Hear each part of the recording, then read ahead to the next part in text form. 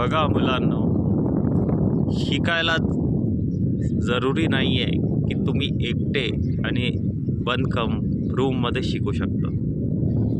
शिकायला तुम्ही कुठे पण शिकू शकता. या व्हिडिओवरून मला समजलं की शिक्षणाकरता जागा, घर महत्त्वाचं नाही आहे. शिक्षणाकरता तुमचे विचार महत्त्वाचे आहे.